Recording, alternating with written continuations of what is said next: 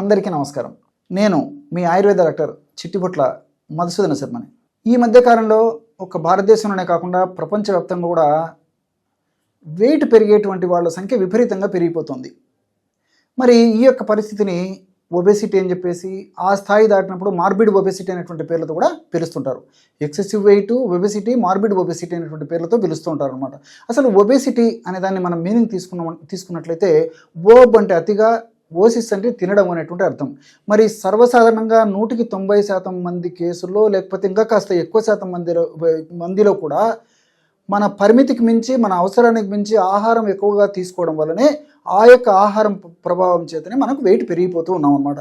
మరి పరిమితికి మించిన ఆహారం తీసుకుంటున్నాము, మనకు శారీరక శ్రమ లేకపోవడము, సెడెంటరీ లైఫ్ ఎక్కువ శాతం మందిలో ఉండడం చేతనే మనం వెయిట్ పెరిగిపోతున్నాం. ఈ యొక్క వెయిట్కి మరి నేను చెప్పినటువంటి కారణాల్లో అతిగా ఆహారం తీసుకునేటువంటి వాటిల్లో కూడా ప్రధానంగా ఈ యొక్క పిండి పదార్థాలు ఎక్కువగా తీసుకుంటున్నాం. దీంతోపాటు fast foods, junk foods, bakery foods, ice creams ఇలాంటివన్నీ విచ్చలవిడిగా విపరీతంగా తీసుకుంటున్నాము. స్వీట్స్ విపరీతంగా తీసుకుంటున్నాము. ఇవన్నీ కూడా మరి ఈ ప్రత్యక్షంగా పరోక్షంగా ఈ వెయిట్ పెరగడమే కాకుండా వెయిట్ వల్ల భవిష్యత్తులో అనేక ఉపద్రవాలు వచ్చేందుకు కూడా ఇన్ఫ్లమేషన్ లాంటి పద్ధతి జరిగేసి బాడీలో దీనివల్ల అనేక రకాలైన రసాయనిక హానికారకమైన పదార్థాలు దేహంలో ఉత్పత్తి అయ్యి, అంటే ఫ్రీ రాడికల్స్ ఉత్పత్తి అయ్యి భవిష్యత్తులో అనేక రకాలైన జబ్బులు వచ్చేటువంటి పరిస్థితి ఏర్పడుతూ ఉంటుందన్నమాట. కాబట్టి ఇలాంటి పదార్థాలు ఎప్పుడో ఒకప్పుడు కొద్ది ప్రమాణంలో వాడుకోవడంలో తప్పు లేకపోవచ్చు, కానీ మరి ఎక్కువ ప్రమాణంలో వాడడం ఏమాత్రం ఆరోగ్యదాయకం కాదు, ఆమోదాయకం కాదు, క్షేమదాయకం అంతకన్నా కాదు. కాబట్టి ఇంతేకాకుండా ఈ యొక్క పిండి పదార్థాలు కూడా ఎక్కువ వాడుకోకూడదు. అంటే ముఖ్యంగా ఈ పిండి పదార్థాలు కూడా కార్బోహైడ్రేట్స్ కంప్లీట్గా ఉండేటువంటి పిండి పదార్థాలే మనం వాడుకుంటున్నాం.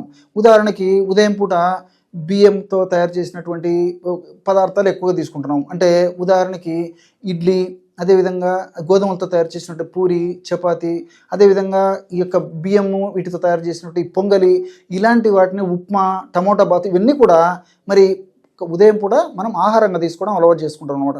వీటన్నిటిలో మరి కార్బోహైడ్రేట్స్ ఎక్కువ, అంటే పాలిష్డ్ ఫుడ్తో తయారు చేసుకున్నటువంటి ఆహారం తీసుకోవడం వల్లనే వాటి యొక్క ప్రభావం చేతనే అవి త్వరగా దేహంలో మార్పు చెందేసేసి కొవ్వు కింద మారిపోయేసి దానివల్లనే ఆ వెయిట్ పెరిగిపోవడం జరుగుతుంది. కాబట్టి ఉదయం పూట ఫైబర్ ఎక్కువగా ఉన్న ఆహార పదార్థాలు తీసుకోవడం చాలా చాలా మంచిది. అంటే మొలకెత్తినటువంటి విత్తనాలు కొన్నాళ్ళు, అదేవిధంగా డ్రై నట్స్, అదేవిధంగా కొన్ని డ్రై ఫ్రూట్స్, ఇలాంటి ఆహార పదార్థాలు ఉదయం పూట తీసుకోవడం మంచిది. అదేవిధంగా మధ్యాహ్నం పూట కూడా మరి కార్బోహైడ్రేట్స్ ఉన్నటువంటి పదార్థాలు తగ్గించేసేసి ప్రోటీన్ ఉన్నటువంటి పదార్థాలు ఎక్కువగా తీసుకోవాలి, ఫైబర్ ఎక్కువ ఉన్నటువంటి పదార్థాలు ఎక్కువగా తీసుకోవాలి. అంటే రోటీ, చపాతీ ఇలాంటి 1-2 తీసుకొని అందులో కూరలు ఎక్కువ కలుపుకొని తీసుకోవడం వల్ల కూడా చక్కటి ఫలితం కలుగుతుంది. అదేవిధంగా ఈవినింగ్ టైంలో కూడా ఓట్స్ లాంటివి తీసుకోవడం చాలా చాలా మంచిది. అంటే ఒక 50 గ్రామ్స్ ఈ రేంజ్లో ఓట్స్ కాస్త వేడి నీటిలో వేసేసి ఆ విధంగా నానిన తర్వాత ఒక 5-10 నిమిషాలకంతా అవి తినడానికి అర్హతగా తయారవుతాయి అన్నమాట. ఆ విధంగా తయారైనటువంటి ఈ యొక్క ఓట్స్లో మరి కాస్త మిరియాల పొడి, జీర పొడి, టమోటా, తర్వాత కొత్తిమీర, కరివేపాకు, పుదీనా ఇలాంటి కలిపేసేసి రుచికరంగా తయారు చేసుకొని వాడుకోవచ్చు అనమాట. దీంతోపాటు మరి సీజనల్ ఫ్రూట్స్, ఒక నేరేడు పళ్ళు సీజన్లో దొరికితే నేరేడు పళ్ళు తీసుకోవచ్చు, లేకపోతే ఆరెంజ్ కానీ, కమల కానీ, అదేవిధంగా బత్తాయి కానీ, జామ కానీ, యాపిల్ కానీ, రేగిపళ్ళు కానీ ఇలాంటివి కూడా తీసుకోవచ్చు అన్నమాట.